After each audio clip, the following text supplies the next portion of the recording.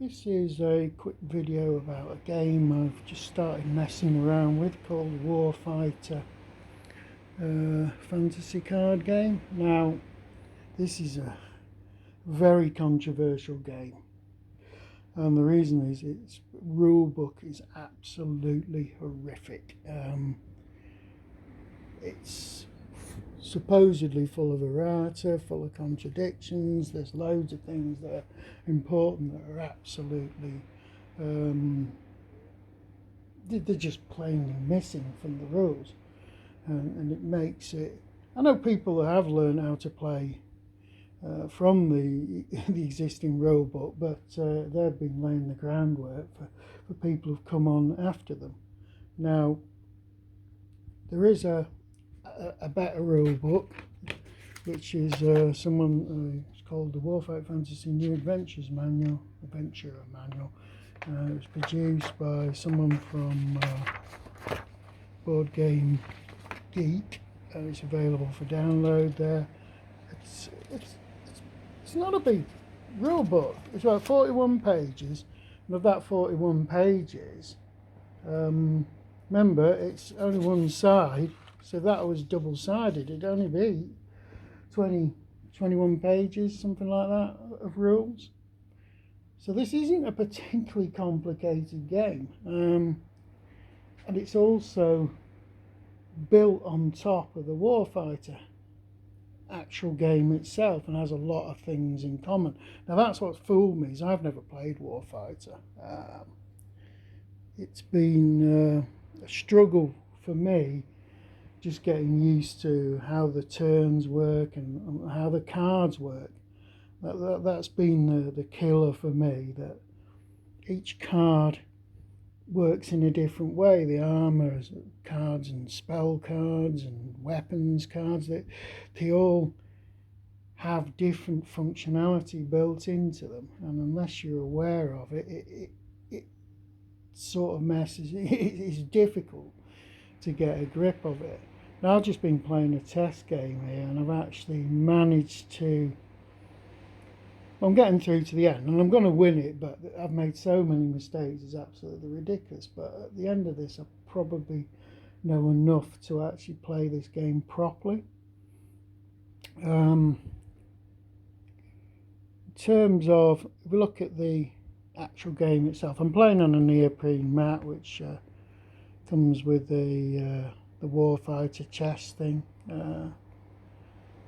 It's a nice enough mat, and it's a bit better than the standard board. Although the standard board is good, it's a mounted board that you can play with. It's a bit sort of shiny and cards tend to slip on it, but it's not a great thing, not a great problem. Whereas the actual neoprene mat, I like it anyway. It's probably some people don't like neoprene mats and stuff like that. The actual counters and everything are okay. The miniatures didn't come with the game, they're just something I've added in as a bit of bling. I've got the metal coins that came with the neoprene mat and the chest, but you'd normally get cardboard coins, but to be quite honest, you get so few coins in the pack. I certainly wouldn't recommend you buy them separately. Card stock, yeah, nice, can't complain with it. Some people don't like the artwork, and I think the artwork's nice. It's very functional.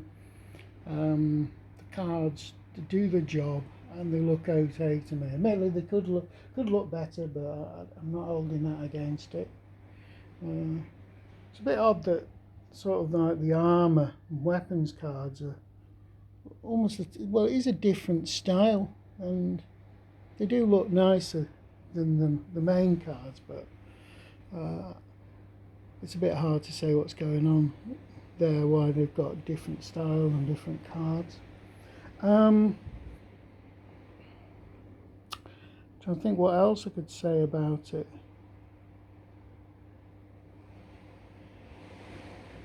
Right, there's a couple of things. There's some special rules. There's a guy called It's a good question. I've forgotten his name now. Wayne something or other. Apologies for not getting your name right. Oh, Wayne Hansen is on here. And what he's done, he's created some special rules, and he's created a couple of player aids which tell you what activities actually use actions and what responses happen. He's also done this thing that goes to the game turn in a bit of better order. There is something that comes with the game which has got all the Warfighter card keywords, but that's covering keywords from loads and loads of other Warfighter games, so you're just getting overwhelmed with stuff that's not relevant. It's also missing some one really important definition there, and the things on the cards that don't have definitions in there, so you're just going to have to assume they're references. So for example, something like orc, as far as I know, it says orcish evil. I don't think they actually mean anything. Let's have a quick look while we're here.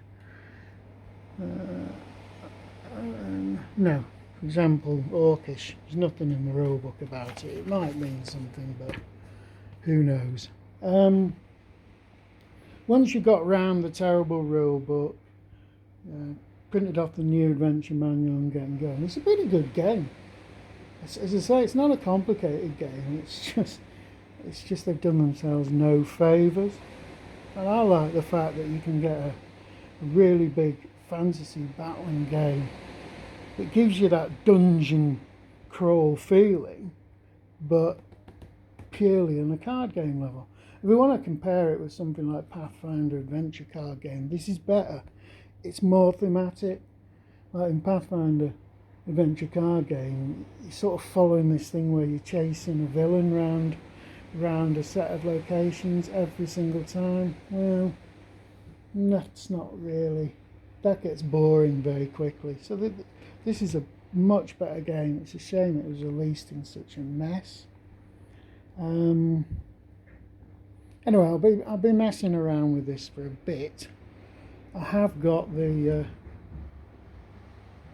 Old Axis Empires Ultimate Edition. It's on its way downstairs again, so it will be set up downstairs. And once you're in the downstairs slot, you tend to get prime game slot, and this will go upstairs because it occupies a much smaller area and can fit in the second room not so bad, well, more easily. That's about it for the moment. It's a game that deserves sort of a lot of the criticism it's got because it was released in such a shoddy state, but it's a game that is a lot better than you think. People who really persevered with it have actually said it's good, and I can see the good parts in it. Now, I might attempt to do some rules videos to help other people out if they want to have a go at this.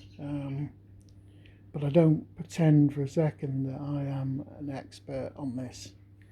I'm just finding my feet after messing around with one adventure.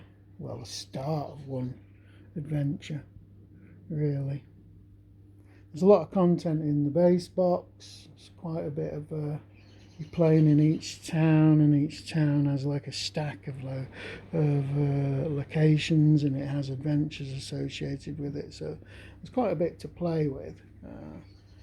So you're getting a decent amount for your money just for the base game, and then there's about 12 expansions that beef it up a bit. Anyway, that's just a quick overview of Warfighter, the fantasy card game.